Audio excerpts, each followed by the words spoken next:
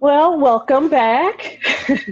We have another great webinar to be able to share with everyone today, and we're going to give it just a few moments for people to be able to find us. We again are dealing with quarantine chronicles of technical issues. But we have a great webinar in store for you all. I am Dr. Shané Teran with SP Consulting Group. And we have two very amazing experts here to talk to us today. And our topic is Family Matters.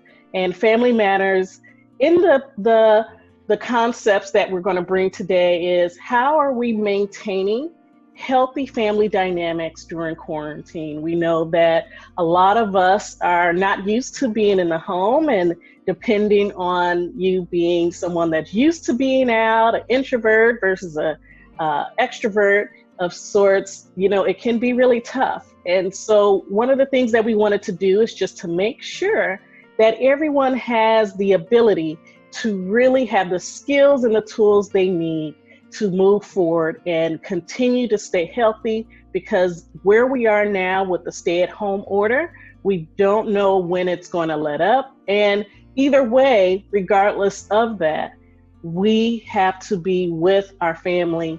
Our family is going to be there throughout this. They're going to be there after it, and obviously during it. So let's make sure that we are paying attention to the different dynamics that come up.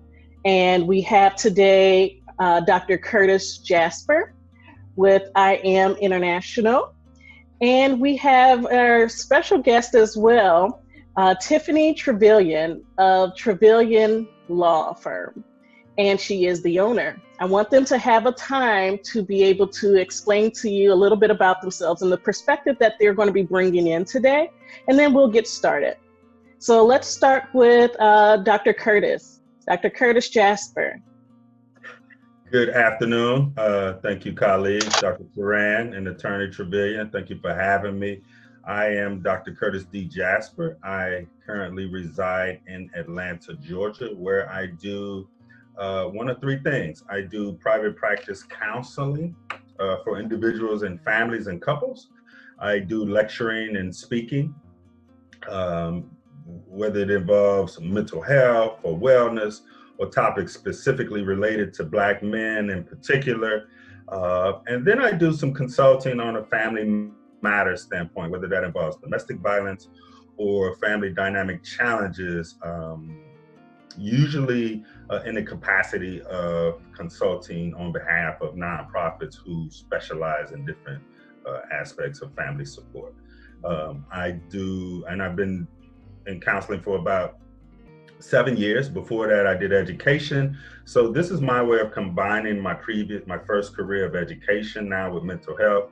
And I take more of a non-therapeutic teaching approach to allowing people, supporting people, encouraging people to take care and create their own mental wellness programs for themselves. All right, amazing. And Dr. Jasper is going to be my co-host today.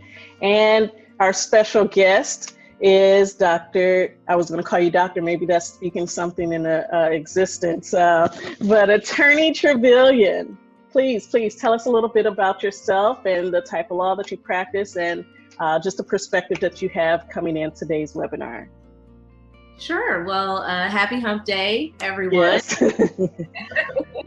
For sure. Again, thank you so much for having me. As Shané mentioned, I am an attorney. I own Travillion Law Firm, which is located here in Burbank, California. And my practice primarily focuses on real estate litigation, business litigation, and contractual disputes. In terms of my perspective, as an attorney, we aren't therapists, but in most instances, we are having to advise our clients in ways that are not necessarily legal, but advising them and taking on that counselor role in a lot of instances to help them reach a resolution or get to the result that they want to get to, or in some cases help them see the other side that they've been too blinded to see, or perhaps unwilling to see because they are, primarily involved in the dispute or legal situation. Mm-hmm. And so what I'm hoping to do today is really just to add to the conversation and provide a legal aspect, but also letting our viewers understand that, look, yes, there may be some legal ramifications coming out of different behaviors that may, show themselves within this quarantina, but helping you to understand, why you want to avoid having to even go down that road where you may need to call me or a criminal attorney. Thank you so much. And divorce attorney. We don't want that. But I do want to encourage those that join us, or even those that may watch this after the fact. I really want you to be mindful of the fact that we are human as well, and we have our personal perspectives to bring to the table in addition to our professional experiences and expertise. And we want this to be really interactive if possible, but to the point where you feel the need that if necessary and you need support, that you can reach out to us. And as I said, I'm Dr. Shané Teran, and my background comes in where I have studied and have been practicing as a mental health professional for over 10 years. And in that time, I have also gone back to school and go into the organizational health standpoint as well. So really looking at the psychology of the inner workings of businesses, but also from the standpoint of the professional, the employees. And one thing that I have been doing consistently with, whether it's other live videos or meetings with people, is making sure that people understand the link between work life and home life. And so today we wanted to focus on home life because it does impact work. And the stressors are already really great in the workplace, especially if you are a healthcare provider. There's a lot of stressors going on, and home life we want to make sure is okay for you. So Tiffany will be giving us legal advice or tidbits as we go along. Dr. Curtis and I will be sort of ping-ponging off of one another, just to offer some insights or scenarios, and even some, things that come up for us in our everyday life. And just want you guys to really know and see how realistic this is, and how, we're not just professionals, we're also living it too. I mean, even as an example, us getting this set up as the webinar, different technical issues that have come up, and I've been talking about technical issues for some time now, but the technical issues also being a part of it when you're working, you're trying to get things done, and things go awry, and then you're at the point of taking it out on the people that are in your home. So Dr. Kurt, let's talk about that. When you're trying to balance work, and your kids may be running around, or your spouse or your partner may be running, not necessarily running around, but, maybe they will be, being stir crazy, but everybody's around and just stressed and tense, and everything is ultra sensitive. What do you think in regards to, let's start with partnerships, the adult partnerships in the home, and then we'll go into the children. Thank you. Great question. So from my experience, my practice, of course, has picked up tremendously because of the trying times and all of us being sheltered in. And so with that comes a lot of challenges. First and foremost, from my personal and professional experience, what many of us are experiencing is the exposure of things we didn't have in place prior to this pandemic. So we're getting exposed personally and professionally.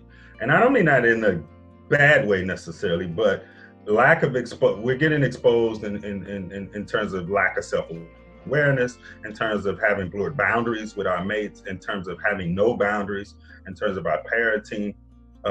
So because we are in contact 24 hours a day, mostly, there comes a lot of things. Stress and anxiety is first and foremost, but primarily there are secrets that I want to talk about. There are secrets which have been not revealed until now, for whatever reason.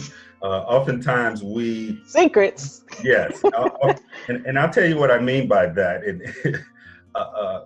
There's a difference. Oftentimes families confuse privacy with secrets, right? And they're not the same. So we'll have something that we're keeping under wraps, thinking it's private, it's a family matter. But it's actually a secret, and there's support that's needed. So this is a time where that becomes exposed. Yeah. That things are bursting at the seams because the secrets, which we thought was private matters, have now been exacerbated because of the close contact and the constant involvement with one another. So what comes to mind is blurred or no boundaries, secrets which were misconstrued as privacy, stress and anxiety, and then a high level of codependency. We didn't realize how dependent we were on external ancillary staff, teachers and providers and things. So now all that dependency comes on us as parents and partners, and quite frankly, we're ill-equipped for that. Right. And when you talk about secrets and this codependency and how they sort of explode in the middle, what are you talking about as far as codependency? And give us some real, just blurt it out. What are some of those secrets? Like we're like all bars are off. All bars are off. Right. What do you mean? So they can come in a number of ways. And so codependency is primarily like let me take, for example, a couple, whether you're married or just cohabitating. We were codependent prior to the pandemic. We were interdependent, right? And so now we're forced to be codependent, but it was unbeknownst to us. We were set in roles that had us under the illusion that we were interdependent. This person went to work here, this person paid this bill, this person did this for childcare. Now we're realizing that we're more codependent. So yeah, we may have physically been doing our duties inside our roles, but emotionally we're more dependent on one another than what we were privy to, now that we're in close proximity. Some of us need more space. Some of us need to be away longer. We didn't realize that our work, our family and friends was the glue that held our relationship together. That was the balance for us. So without that balance, you realize now there's exposure. Some of us were functional parents, meaning we did the lunches, we did all that, but now we're exposed because we didn't have the emotional capacity. We were just functional. We could just put the kids, get them there on time, set the appointments, do the lunches, but we didn't necessarily have the emotional capacity. So now we're being exposed. So those are different things. And then secrets, quite frankly, there are things that we just did that none of us knew. If you had some challenges that you somehow involved yourself without your partners or your children's, knowing, it's kind of hard to hide those secrets when everybody is on top of each other 24 hours a day. Right. And one thing that I think it's important to stress is that when you are now having to give of yourself more than you had before, the stressors that come up. And I want to point that out because it's really and literally just that. You didn't have to do it before, and now you're being asked to do it because you're right there. And so some people, when you're talking about getting upset and almost even pointing the finger and blaming, sometimes you have to take a step back and see what's really the source of the stressor. And is the stressor because someone said something?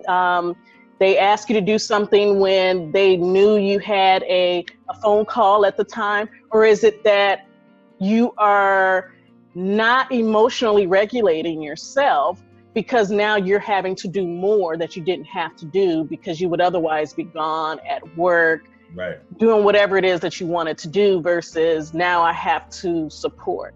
Do you think that gender roles become an issue as well during this time? It depends. I suspect that it could, because now what's required are non-gender specific roles. So if we were locked in terms of being inflexible, yeah, that becomes the rigidity. The rigidity becomes an issue, which causes the emotional non-resiliency that you just spoke about. So yeah, oftentimes we were locked into gender roles and we didn't know it. It's just how it was. You did this and I did that. Right. And so now we realize that some of those skills are non-transferable as the genders are forced to switch roles. Right. Yeah. Right. And so that becomes a conflict because, again, as you mentioned, it's exposure. So I was cool in my gender specific role, did what I did for years. But now I'm asked to come over here and now I'm exposed. And quite frankly, I'm not comfortable with that exposure. So there goes the anxiety and the stress, which leads to other things, as I'm sure we're going to discuss, sort of things like family violence and domestic violence. Absolutely. And Attorney Travillion, I know that, there's some things coming up for you for when people are coming to you for legal advice, when it has, like, whether it's exacerbated and it's a one-time spurt, or if someone's coming to you repeatedly, like, I'm thinking about this, I'm going to give it a try. What are some of the things that come up for you as we talk about this? Well, one of the things that I hadn't really connected before, but in hearing Dr. Curtis, is financial secrets that exist in families that we really talk about, but are now being exposed.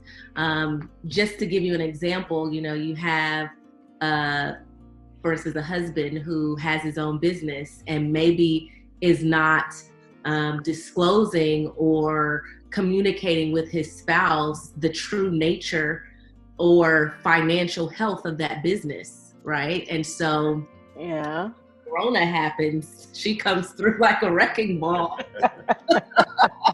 Well, there she is. and now as a family, you're having to either rely on one income or figure out how the family has to adjust to the financial implications of this, virus that you maybe didn't even think that you would have to deal with in a financial crisis. As I mentioned, I deal with business and real estate. And so many of my clients are contacting me to find out, okay, what do I do if I need to get out of this contract because I just don't have money to keep my business, afloat, or, they've had to close their business because of them not being considered an essential business or essential worker. So, what happens if that business didn't have any savings set aside, or, there's been commingling of personal and business affairs, and so now you're hit with the reality that, your business wasn't as healthy as you thought it was, and your spouse didn't know it until now. And so that's a secret that I'm sure in coming to light is going to make, many families have to come to the table and discuss, how much are we really sharing with each other in terms of our work lives. Right. And something that came up as you were talking is even another issue when you're talking about the percentage of people that will then go to divorce because of finances. Mm-hmm. And if that is a secret, what is a good way, or what do you think, Dr. Curtis, is something that you can do to have even maybe that crucial conversation up front? If you haven't had it and it hasn't been a secret that's been revealed, what do you recommend as far as the best ways to approach it with your partner? Right. So one of the things that come to mind is as partners, I work with a high number of couples, and one strategy that I offer them is to really learn and execute the distinction between complaining and criticizing. Right? And so oftentimes we think they're one and the same. And complaining is simply filing your complaint, which we all have a right to do based on what it is that we're getting or not getting, right? But criticizing often causes a number of challenges. Quite frankly, it takes it to a whole nother level. It leads to contempt and different things like that, and even divorce, violence and things. And so to start off complaining, and that's usually in the form of an I statement. I'm feeling this, I feel that, whatever it may be. So if we're talking about a partnership where there's financial undisclosure at this point, one of the first steps would be to just file the complaint, more so than criticizing, because there's really not a lot of space when we come to criticizing. My natural tendency for all of us, no exception, is to first defend. And if we're not defending out loud, we sure defend it in our head. And so one of the things that I'll offer is to make the distinction between filing your complaint, discussing your complaint, as opposed to jumping right into criticism, which has no place in Corona and sheltering in and COVID-19. Like, what y'all gonna criticize 23 out of the 24 hours? So we're talking some of the legal challenges that Attorney Travillion, may mention too. That takes it to a whole nother very quickly. Because some of us are 6, 7, 8, 9 weeks being sheltered in. That's true. And one thing that I also think about, as you were saying, that was, even when you're talking about there being secrets, even when you're talking about there's this new reality, sometimes, if possible, I really would recommend people waiting until after the fact to have some of these really intense conversations, if possible. If it's not something that it's like with the finances, or something that's going to be a direct impact on your well-being while you're quarantined, we are all dealing with the pandemic, it's really necessary to have as much peace in the home as possible. This is just not a time to try to have crucial conversations unless you all have, or the couple has a record of ability to bounce back from some of those intense conversations, because then what you're doing is then you're going to be isolated even more. Take, for instance, you go into an argument, you want to bring up something that may not be necessarily relevant to explore. For example, what did you mean when you said this at this party this last year, or before the quarantine you said this and it really hurt, and it's something that's really significant to bring up. If that doesn't make or break anything, it's best to just hold back. And even though, if you're like me, you're ready to just address it head on and deal with it right now and resolve it so that you can move on, sometimes you have to practice a bit more personal strength, like inner strength, self-management, in order to then say, okay, well, I'm going to wait, because the whole issue becomes, okay, we're already quarantined. Depending on the size of your home, assuming that many viewers don't have a lavish home where they have, we have 10 rooms and we can go into this quarter, you are then quarantined to the quarantine. You're stuck in another room, and that's all you're going to go, or bypassing in the night as if you're strangers because you don't want to talk because it got out of hand and you don't have the skills to have a crucial conversation and then bounce back and recover and have a sense of communication resilience, if I can say it that way, that once you have tackled those hard issues, that you can bounce back. And I think that by having those conversations and not having the skills to bounce back, that's what often leads to people, whether it's a sequence of unfortunate events that says, okay, enough is enough, I need to get this person out or whatever, then you're then seeking Attorney Travillion, and you're like, what do I need to do? And it may not be something as serious as money issues or a secret. It can just be consistently not finding a way to communicate in a healthy and fair way. And it gets to the point where things just go awry and you are considering that, whether it's separation or divorce. And to even go in that route, because I want to hear from Attorney Travillion on what if someone, say it's not even a matter of divorce, say things got out of hand and things became physical, and someone is fearful of their safety or are concerned about staying and sheltering in place with someone that they feel is unsafe, and they'd rather risk going out into the element than staying with that person. What are some of the things that you suggest they do? What resources are available?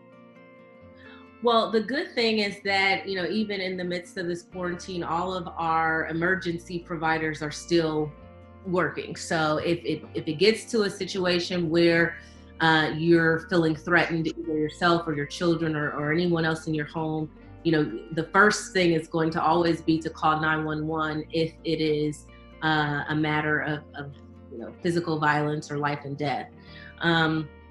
Beyond that, if there are concerns about you remaining in the home with the person, I know here, at least in California, if you are concerned that there is a continuing threat of, you know, violence or harassment, the courts are still available to you. And so while there has been some changes in terms of, you know, how the courts are hearing cases, that again is one aspect that has remained open and available. So if you need to seek a restraining order or seek court intervention, the person that is the aggressor is going to be removed from the home. And so there is some solace there that if you are forced to seek a restraining order through the courts, you know, you're not going to be the one displaced. The person who's the aggressor will.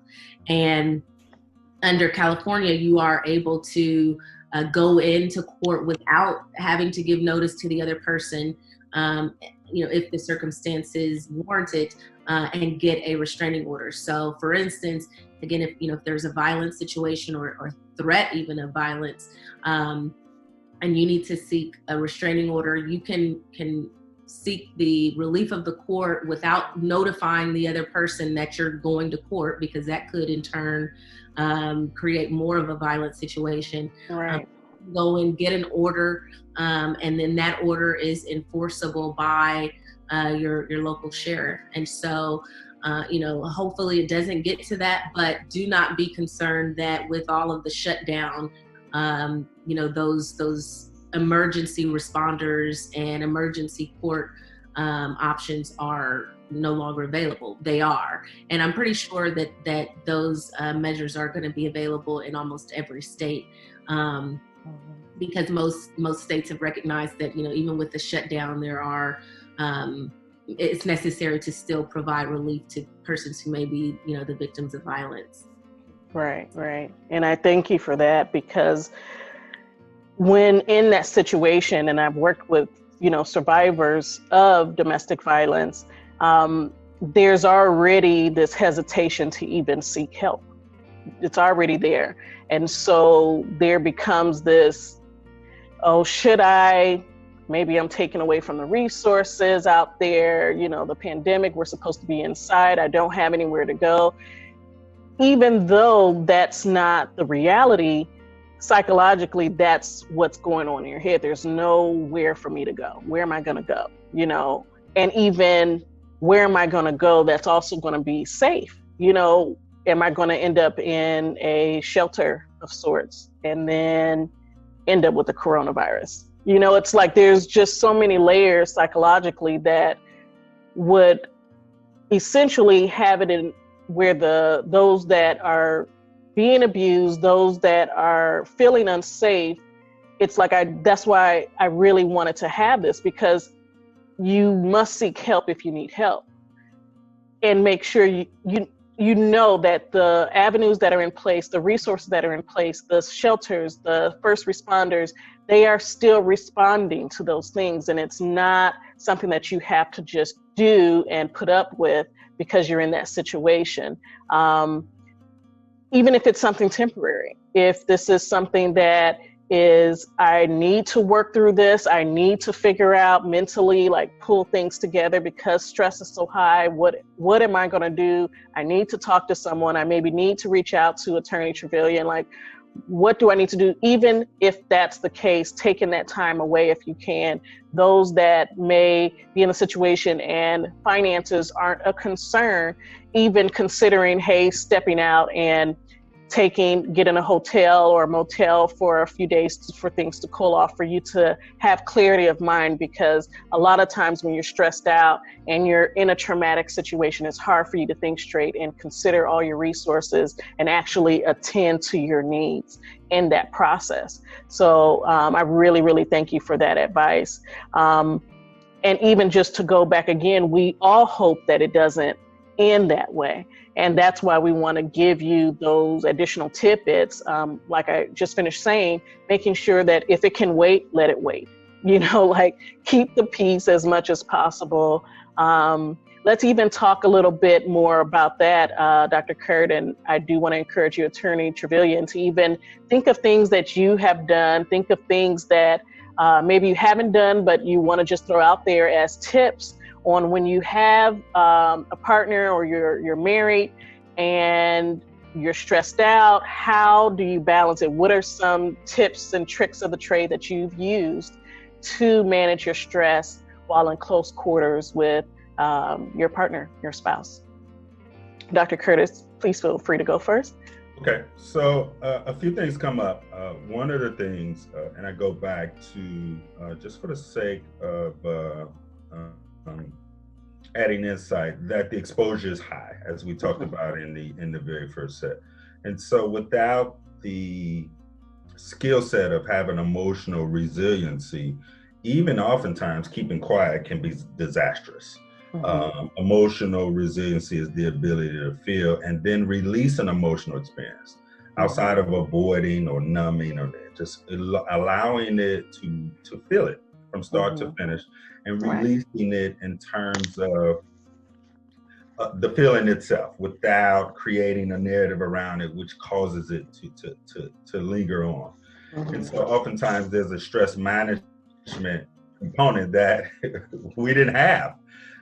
We found solace in our work. Oftentimes people, their self-worth equals their work, period. So without that, they could be working from home and getting paid, but they are still not working in the same capacity, esteemed by colleagues, leadership roles, things of that, getting dressed. So that becomes a stressor, because we all have a human need to be seen, heard, and validated in our perspectives. I know couples who are not exercising their right to be able to share their perspectives, which they do often at work. And so that human need is causing stress and anxiety. Right. And so I offer people to continue to do some of the things that find a way outside of your work and traditional career to do the things that used to allow you an outlet. And it would be great to do it online, to share it with people and to generate some like minds. So if you used to like doing puzzles in your quiet time, hit live and do a puzzle. I guarantee you, out of all of your friends and family, someone takes an interest in what you have. So it's just a way to be validated from a perspective standpoint, it's a way to be seen and heard. That's a way to self-care. Because you mentioned you can be quarantined in the quarantine. There's nothing wrong with going into another room, the guest room or the West Wing, if you have, and resorting to texting and email your significant other. It is very healthy to be we talking email today. I'm gonna sleep in the baby room. You got the master. We only texting and email for 24 hours for a cooling off period. So those are things, I'm being funny, but those are some really good. Those are good though. Yeah, we gotta do, like, you gotta take the sleeping bed, the blanket, make a pile on the floor in the baby's room. Take your laptop and just veg out to Netflix, and I see you tomorrow. you know, even if you got the baby in the master bedroom with you. and So, and even, you know, to take that a little step further, like being okay that your partner asked for that. I think that so many people end up taking it personal as well when it's like, I need a break from you. It's like, it's okay because we normally have natural breaks from each other. That's a part of the stress. it is. You think that just because you're home, you have to be right there, attentive, like in your face. Okay. Right, You know, like you don't need to do that. Like you're not normally doing that. But Right. what you are normally doing is when you're home, you're being attentive. But Correct. when you leave, you're not. So Right. you're leaving isn't always possible these days with the Correct. stay at home. Like unless you're going to the grocery store needing to pick up, you know, quick, you know, like I know I had to leave out and I couldn't do mail order for a certain medication because Right. I had remembered I needed the refill too late. So I had to go in and pick it up. So, okay, that was an outing for me. But it was like, if you are really following the, you know, like I said, shelter in place, stay at home order, you're home more. And it should be okay if your partner says, give me a break. You know, it must be okay. It must has to be. Because we think that telling our partner, I need a break away from you is it. I need a break away from everything, including you. And so oftentimes what I find with couples is the one who's the most articulate, who's comfortable expressing their feelings, ain't the best communicator. They're just not. They think they are not. And so oftentimes we need a break from that because we can count up the amount of hours we spend with our mates prior to the pandemic. Right. So yeah, it's easy to love the crust of somebody when y'all only got 3 hours a night. That's easy. Not the crust. Easy. Right, the crust. But when you're talking 24 hours, that's different. Because the average person I know is sleeping 8 to 10 hours. So we talking long amounts of time. So you're exposed.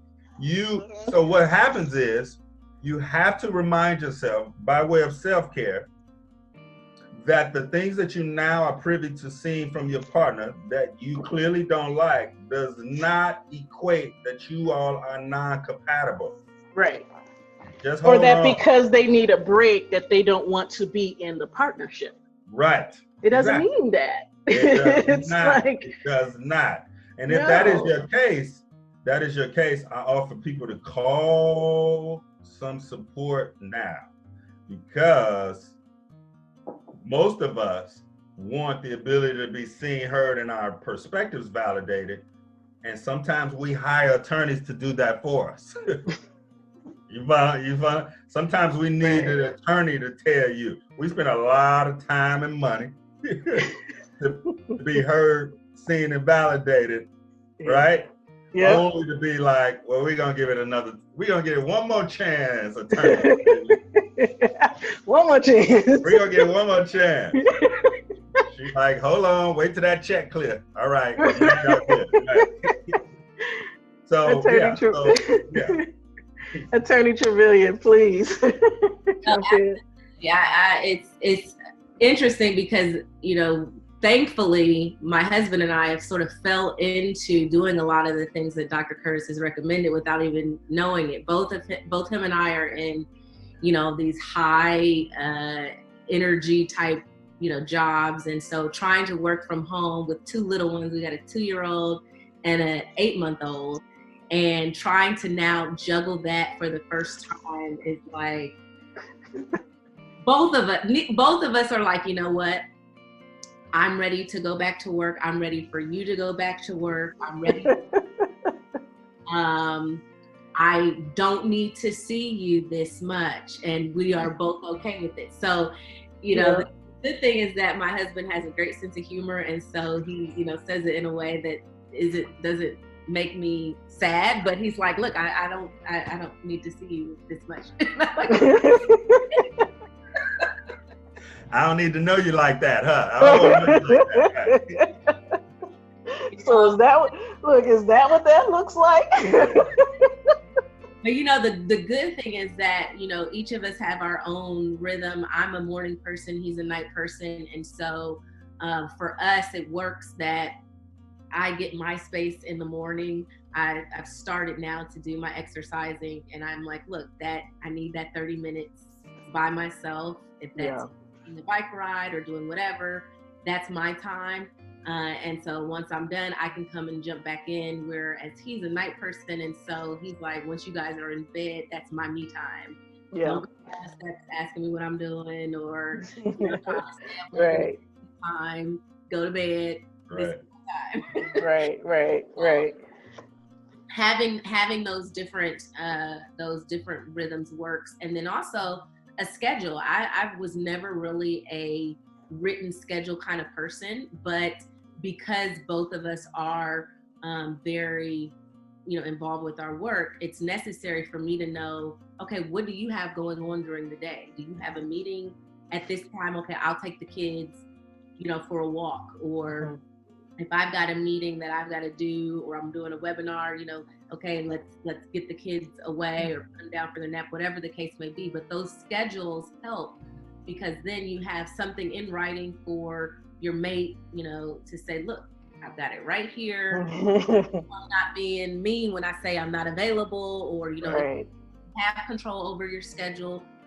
You know, you can try to accommodate the other spouse who may have something really important going on. So knowing each other's rhythms and then putting things in writing and getting a schedule as much as you can, you know, it's been something that we found to be very helpful in managing everything. And it's not perfect, it's not seamless. Sometimes both of us have meetings going on at the same time, and it's like, okay, I got one, you got the other, you know, which one, you know, the 2-year-old is like all over the place. So if you've got something to where you've got to, you know, be talking and interactive, give me the other one, because he's going to be in the background yelling. So those types of things that, you know, will help. And hopefully they will even carry on once this is over to how you relate and how your family functions. Yeah.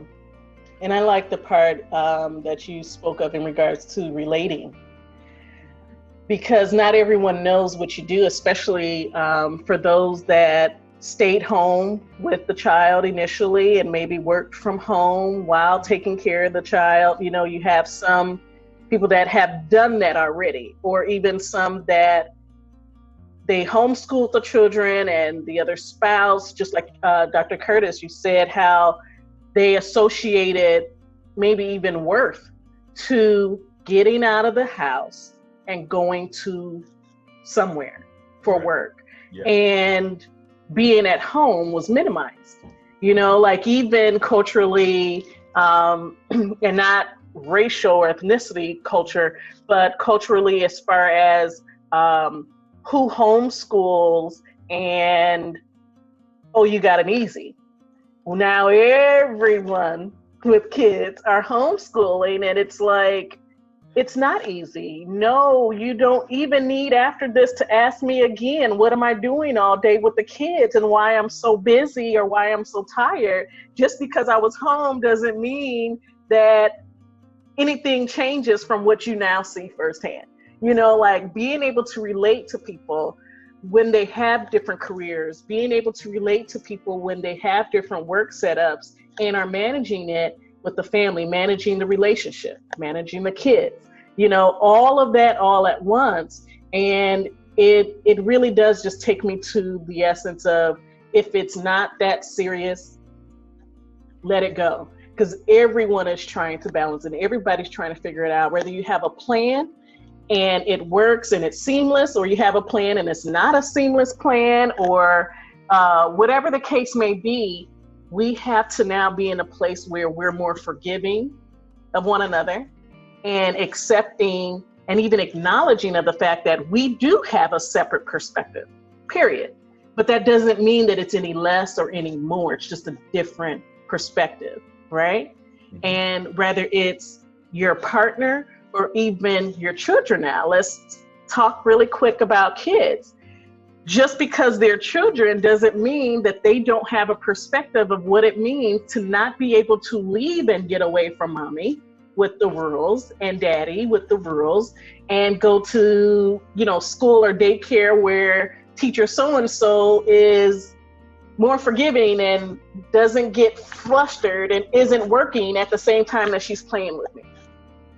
Absolutely. So I did some work some years ago with, I really only did it. I really give a shout out to all of the people that do work with kids, like school age kids. I was like a preschool clinician, and it was pretty interesting, but ultimately I want us to even talk about the kids and what that means when we're getting frustrated with them, for them being frustrated, with them being super energized because they don't get to go out as much. Let's talk about that. Dr. Kurt. Whew, I could talk about that all day. I know. As a parent and a former classroom teacher and principal, again, the exposure is high. I know many teachers who are obviously also parents. So not only must they be teachers for our children, they gotta be homeschool teachers for their own children. Wow, I didn't even think of that one. So that takes the self-care down to close to zero. The other thing that comes to mind is how we value critically essential workers like educators.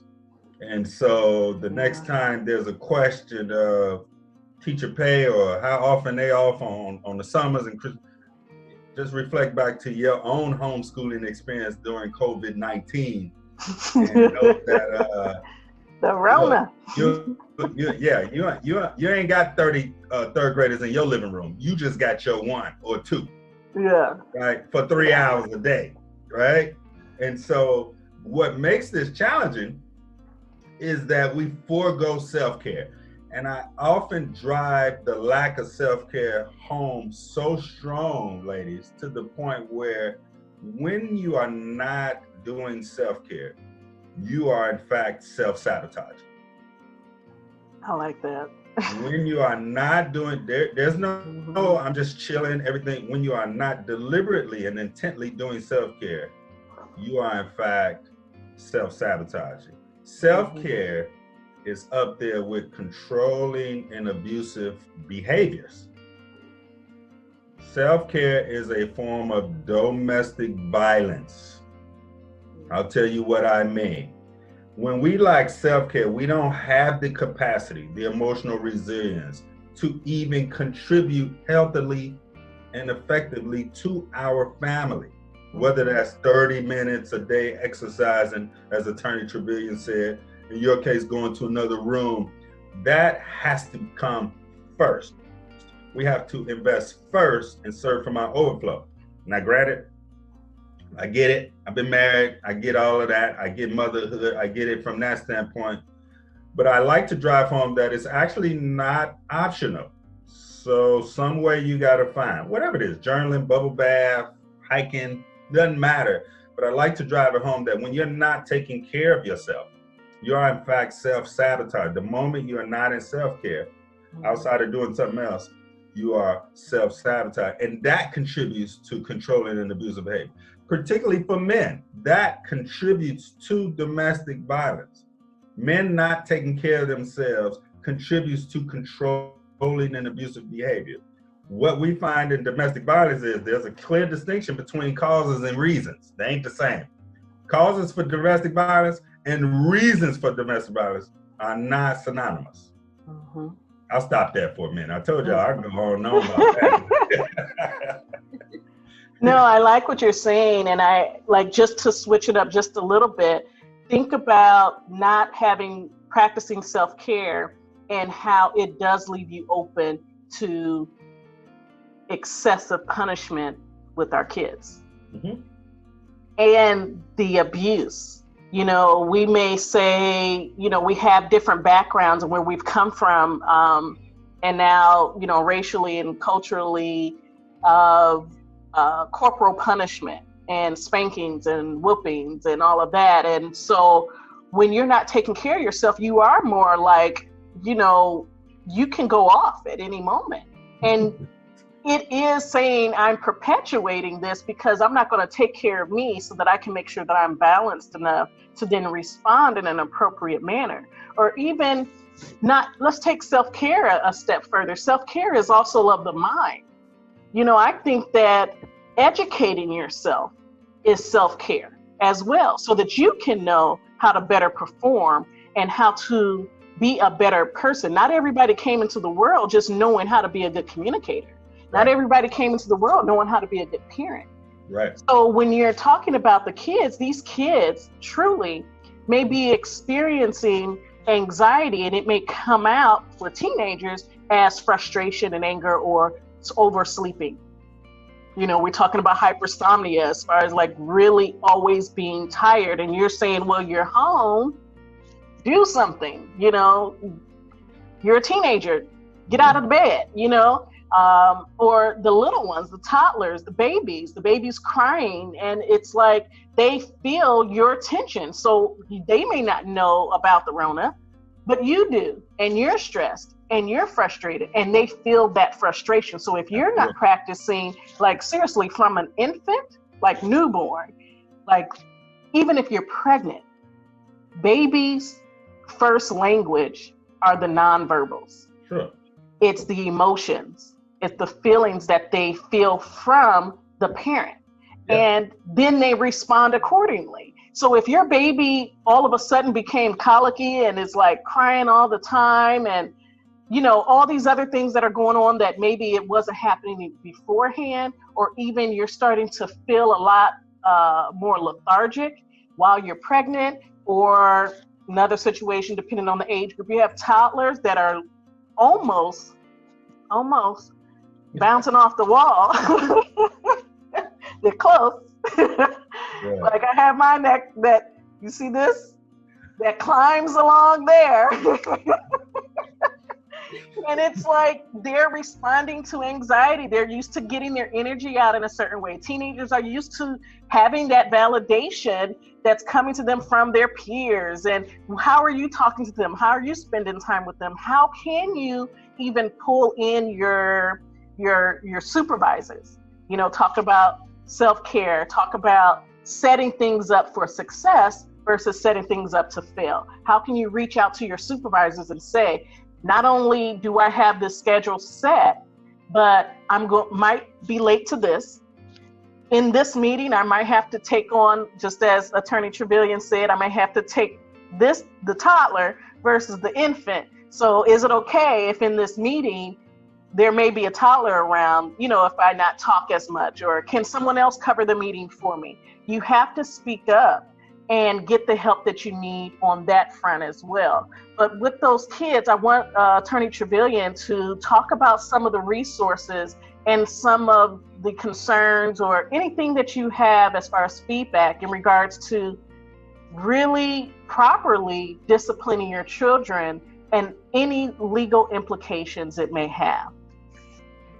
Sure. Well, the thing is, we all know that this moment, this quarantine time is going to be etched in history. It's going to be in the history books. My husband and I laugh all the time, like as we're taking pictures of the kids, we're like, oh, they'll be able to take this to, school during history and show what they look like during quarantine. That's the right.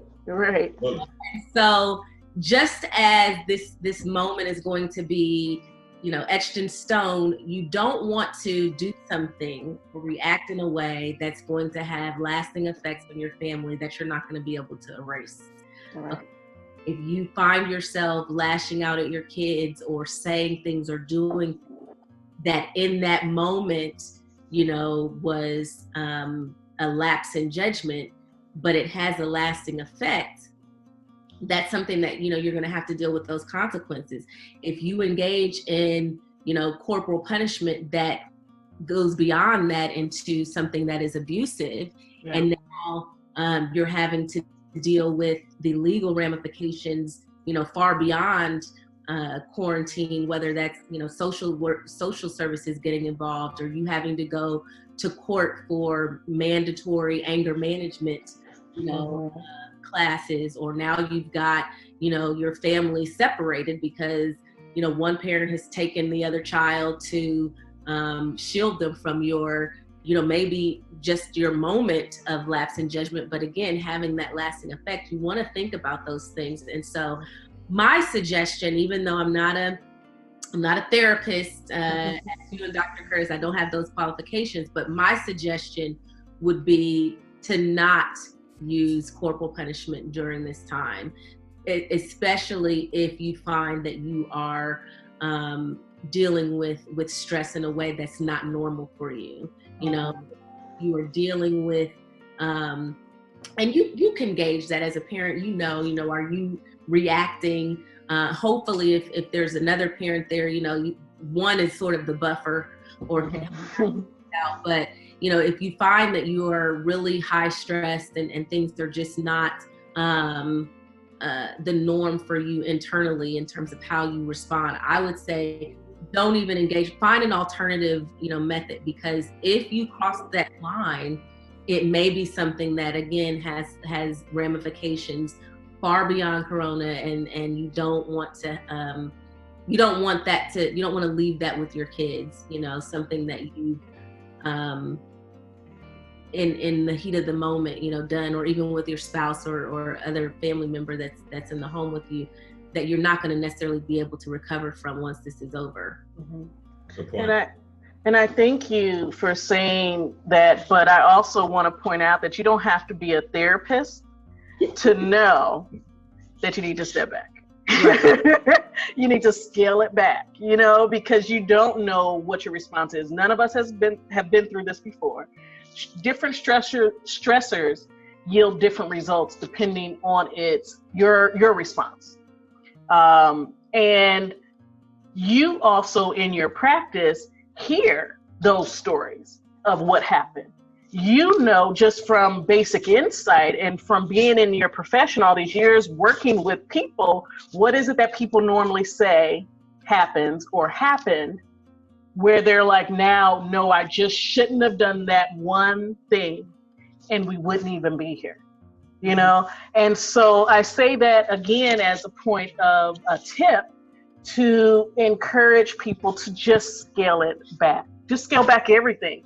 Wait until later. You don't have to, as a parent with the kids that are having different reactions, like I said, whether it's oversleeping, they're extra tired all the time, they're not interacting, or even the opposite, they're super wired, a lot of energy that they can't get out. The best thing that you can do is just talk it out. Because even with, for example, my 2-year-old, he may not know anything about what COVID-19 is, pandemic, anything. But one thing for sure is when we go out and we do have like a little mask for him, if he's taking it down, we're putting it back up and we're explaining it. I'm sure there's parents out there that'll get frustrated. And if your natural instinct is to grab them up and, because you're scared that they're going to get exposed, or to spank them, corporal punishment, and I wanted to make that clear. Spanking is corporal punishment. If it sounds bad, consider. But it is corporal punishment. And you may resort to that because it's like you're upset with them because of your fears of contagion. When absolutely you're definitely justified in your fear, but your reaction isn't. And so again, scale it back, talk to them, explain to them, because my 2-year-old at this point, when we get into the elevator of our high rise, if anyone comes near, he literally puts his hand out and says, "Stop it right there." And we're like, okay. Right. And then when we come in the house and take off our mask, he's like, "Oh, safe. Oh, we're safe." Right. And he is 2 years old. Like, what month are we in? We're in April. It's almost May. He turned 2 in October. Oh, wow. So they understand, even if it was me explaining, because he kept pulling it down. "Oh, I don't want it." And I put it back on him.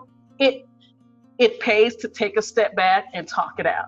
Sure. Understand where your feelings and emotions are. And I'm sure that Attorney Travillion and Dr. Curtis would support me in me saying that the best thing that you can do right now is just take it easy with each other.